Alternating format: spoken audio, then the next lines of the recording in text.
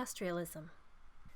In the last few hundred years, another revolutionary adaptive strategy has arisen: industrialism. Industrialism followed the development of agriculture and has laid the groundwork for what we now think of as globalization.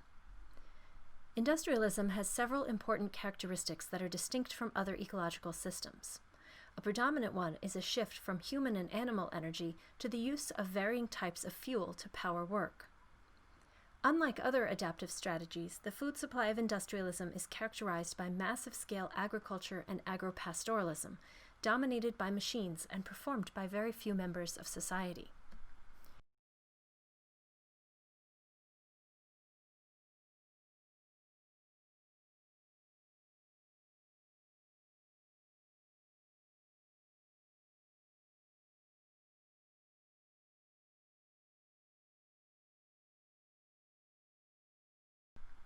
As part of the shift to this economic system, labor is bought and sold and replaces work, which is the activity you do to provide yourself with food, items, and other services.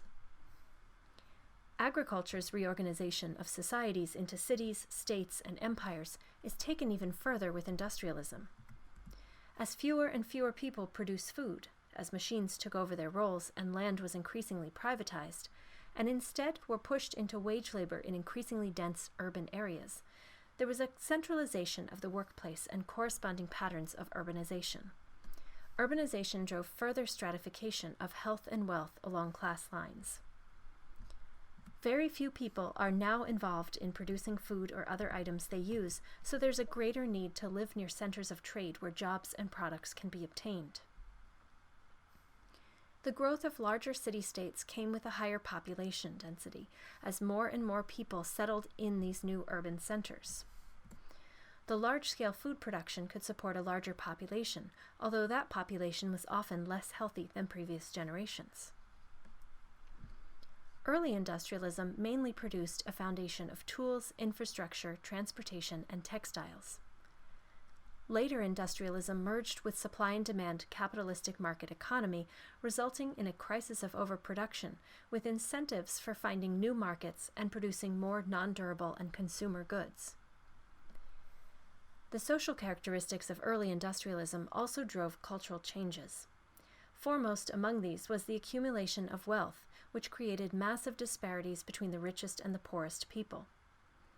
This, in turn, created a system of institutionalized inequality, where the wealthy can consume in great quantity and the less powerful bear the costs of undercompensated labor, ecocide, and consequences from conflict or natural disaster.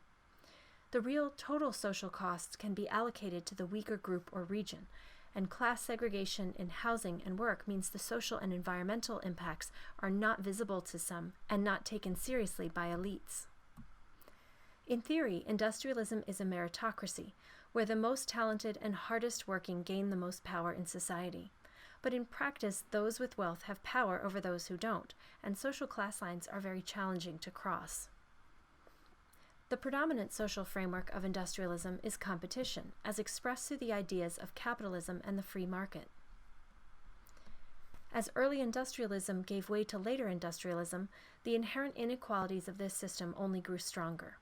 The gap between the haves and the have-nots has only grown larger, and the impact on the have-nots has only gotten worse.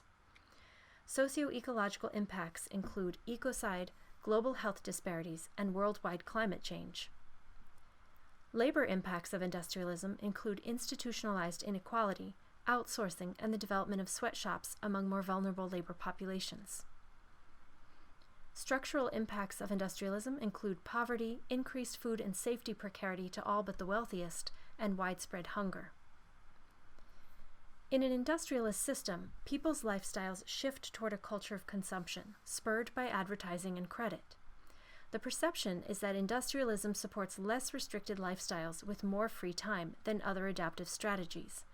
But the reality is that hunter-gatherer groups spend less time working to meet their basic needs and have more time to spend relaxing with family, telling stories and oral histories, and creating art and music. The early stages of post-industrialism have seen an increase in service industry jobs and decline of product manufacturing, the increased value of innovative theoretical knowledge over pragmatic knowledge, and the shift in infrastructure from transportation to communication. There are growing changes to how we labor and wear, and how we are socially valued is increasingly connected to education. Societies are reorganizing yet again, but it's hard to see what the full social, ecological, and cultural effects will be.